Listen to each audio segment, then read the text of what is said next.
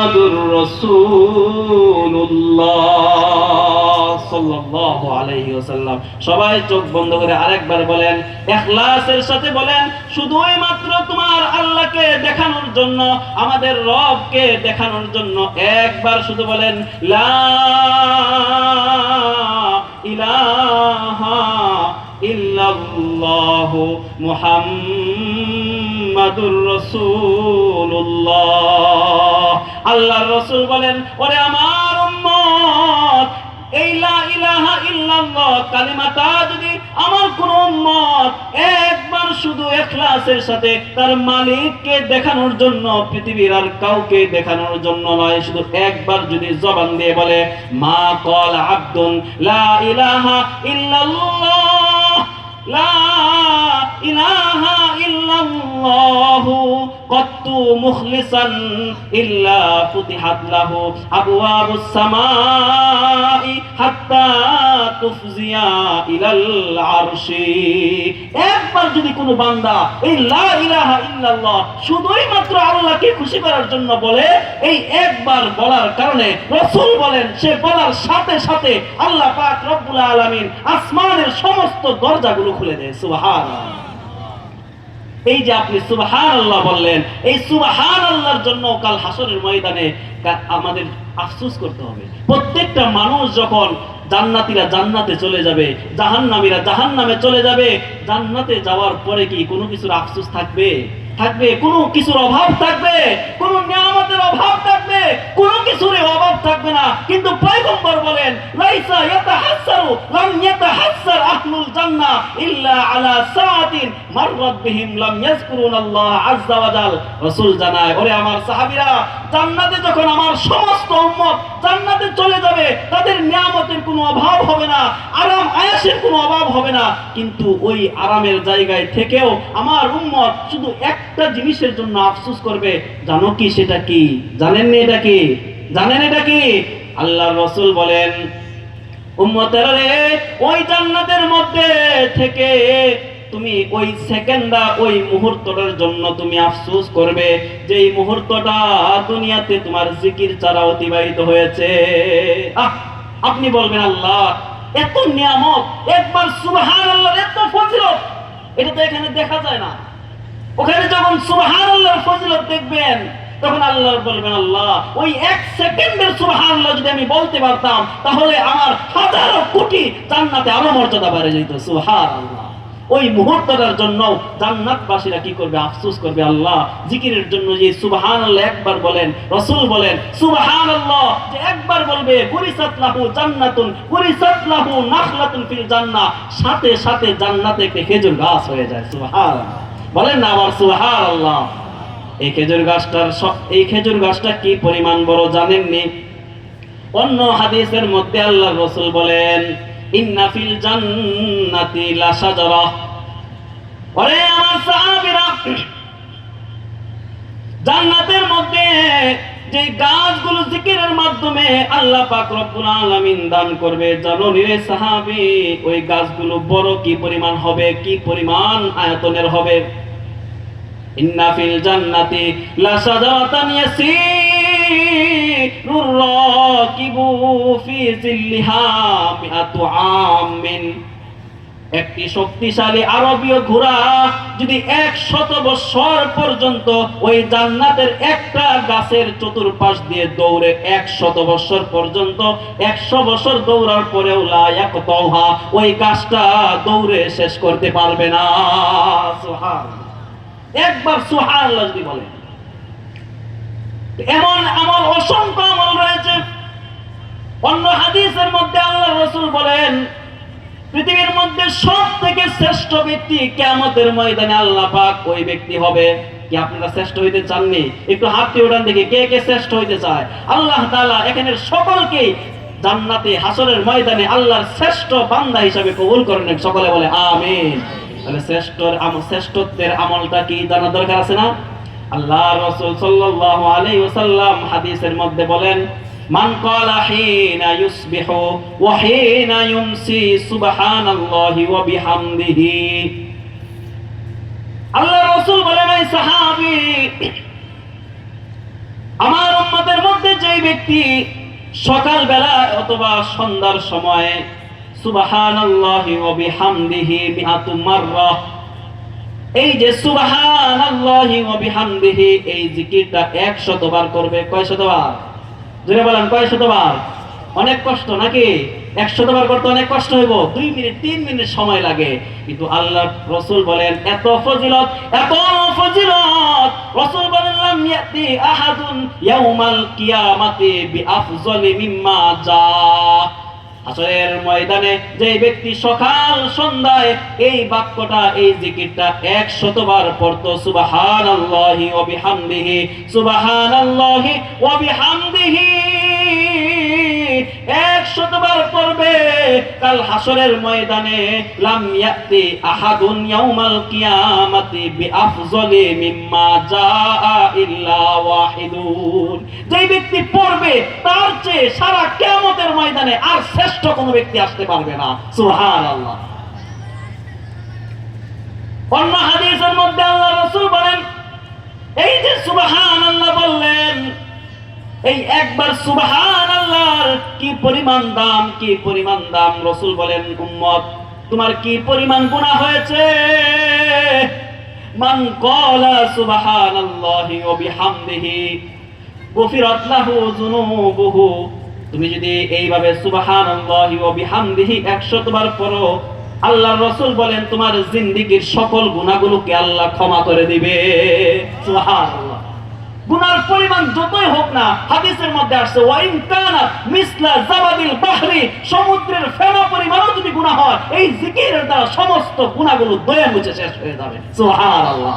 এখানে আল্লামা ইবনুল কাইয়্যিম জাওজি রাহমাতুল্লাহি আলাইহি ওনার বিখ্যাত কিতাব আদ-দা ওয়াদ দাওয়ার মধ্যে বলেন, উনি বলেন ইন্নাল আবদা লা ইয়াতি ইয়াউমাল কিয়ামা, যে কিয়ামতের ময়দানে আল্লাহ তাআলার অসংখ্য অগণিত বান্দারা তারা যখন কিয়ামতে উপস্থিত হবে, বিহাসানাতি আমসালিল জিবাল, পাহাড় সমপরিমাণ হাসানা নেক কাজ নিয়ে উপস্থিত হবে কাল কিয়ামতের ময়দানে। কিন্তু পরে দেখা যাবে ফায়াজিদু লিসানাহু কদ হাদিমা, সে এই পাহাড় পরিমাণ নেকের বোঝাই নিয়ে হাসরের ময়দানে উপস্থিত হওয়ার পরে তার একটা ছোট্ট জবানের কারণে তার সমস্ত ইবাদতগুলো ধ্বংস হয়ে যাবে।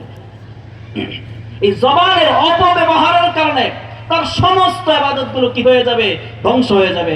এরপর আল্লামা ইবনুল কাইয়্যিম জাওজি রাহমাতুল্লাহ আলাইহি উনি বলেন ওয়া ইন্নাল আবদা লা ইয়াতি ইয়াউমাল কিয়ামা বিসাইয়্যাতি আমসালিল জিবাল, আর অসংখ্য অগণিত বান্দা কাল হাসরের ময়দানে উপস্থিত হবে পাহাড় পরিমাণ গুনাহ নিয়ে, কিন্তু ফায়াজিদু লিসানাহু কদ হাদিমা বিকাসরাতি মিন যিকরিল্লাহ, তার জবানকে সে পাবে যে এই জবানের কারণে আল্লাহর এই অসংখ্য বান্দারা তাদের এই জবান দিয়ে আল্লাহর জিকির করার কারণে সমস্ত গুনাহগুলো ধুয়ে মুছে সাফ হয়ে গেছে। সুবহানাল্লাহ। তাহলে এই জিকিরের দরকার আছে কিনা আমাদের? এই কারণে আল্লাহ তাআলা কোরআনের আয়াতের মধ্যে বলেন ফাজকুরুনি আযকুরুকুম ওয়াশকুরুলি ওয়ালা তাকফুরুন। আপনার মালিক আপনাকে বলতেছে বান্দা তুমি যদি আমি আল্লাহকে স্মরণ করো, আমি আল্লাহ তোমাকে স্মরণ করব। সুবহানাল্লাহ। হাদিসে কুদসির মধ্যে আল্লাহ তাআলা জানায় ওরে আমার বান্দা ইন যাকারানি আবদি যাকারতুহু ইন যাকারানি আবদি, আমার বান্দা যদি আমাকে স্মরণ করে ফি নাফসিহি, আমার বান্দা যদি আমাকে মনে মনে স্মরণ করে, যাকারানি যাকারতুহু ফি নাফসি, আমি আমার বান্দাকেও আমি আল্লাহ মনে মনে স্মরণ করব। সুবহানাল্লাহ।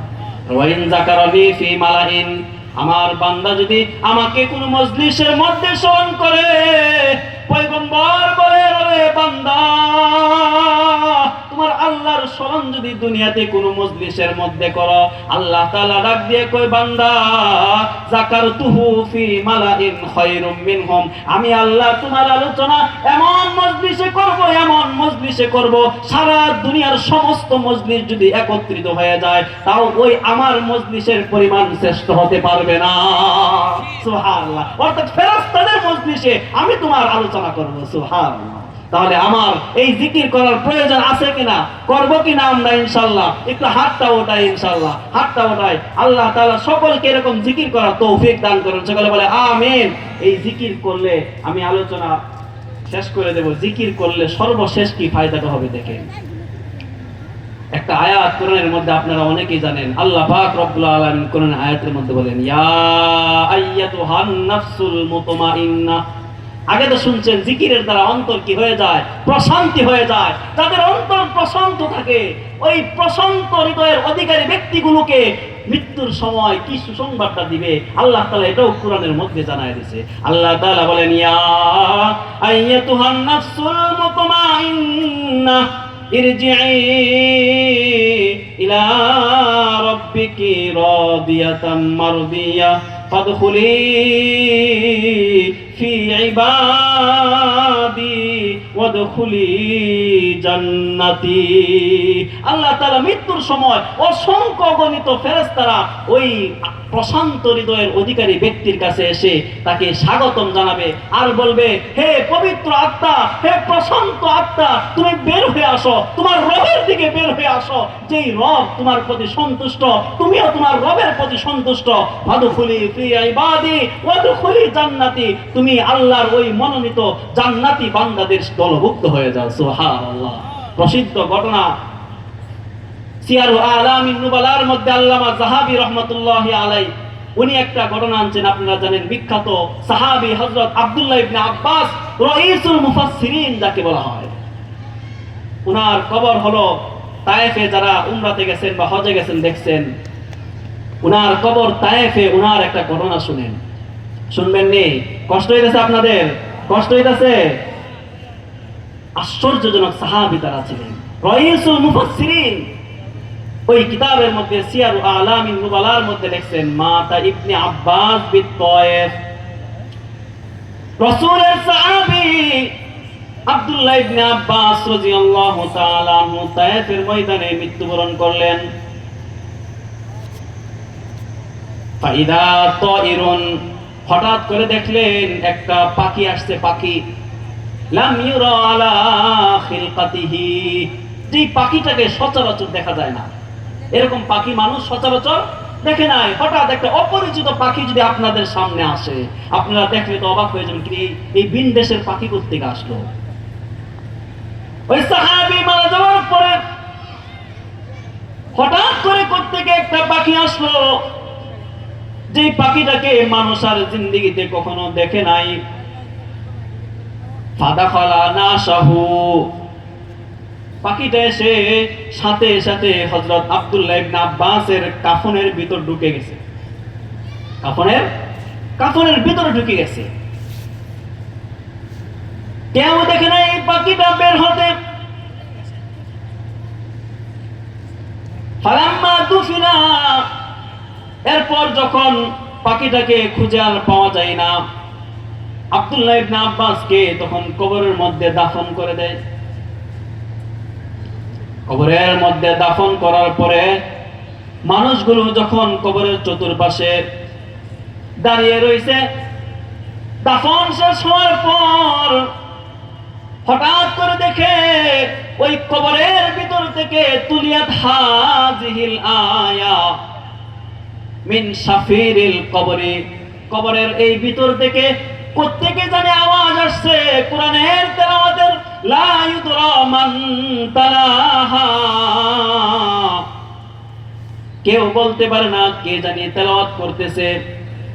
আয়াতটা ছিল, ইয়া আইয়াতুহান নাফসুল মুতমাইন্নাহ ইরজিই ইলা রাব্বিকি রাদিয়াতাম মারদিয়া ফাদখুলি ফি ইবাদি ওয়াদখুলি জান্নাতি।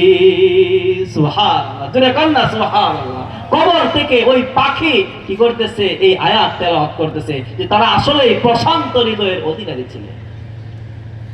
একজন সাহাবী আল্লাহর রাসূলের সামনে এই আয়াতটা যখন তেলাওয়াত করে, আল্লাহর রাসূলের বিখ্যাত আরেকজন সাহাবী হযরত সিদ্দিক আবু বকর সিদ্দিক রাদিয়াল্লাহু তাআলা আনহু তেলাওয়াত শুনে বলে, ইন্না হাদা লাহাসানুন, ওগো আল্লাহর রাসূল, এই হাদিসটা, এই আয়াতটা অত্যন্ত চমৎকার, কত সুন্দর এই আয়াত, যে আয়াতটা এখানে পড়া হলো। আল্লাহর রাসূল তার বন্ধু আবু বকরকে কি বলছেন জানেন? আল্লাহর রাসূল বলেন, হে আমার প্রিয় বন্ধু, ইন্নাল মালাকা সায়াকুনু লাকা হাদা ইনদাল মাউত, আমি নবী বলে যাইতেছি, তুমি যখন মারা যাবে তখন ফেরেশতারা তোমার মৃত্যুর সময় এই আয়াত পড়ে পড়ে শোনাবে। সুবহানাল্লাহ। তাদের জীবন কেমন ছিল আর আমাদের জীবন কেমন। তাই আমাদের বেশি বেশি কাসরতে জিকির করতে হবে। আপনি আমি যখন বেশি বেশি জিকির করব, এই জিকিরের মাধ্যমে আল্লাহ পাক রব্বুল আলামিন আমাদেরকে পৃথিবীর মধ্যে চমকায়া দিবে। সুবহানাল্লাহ।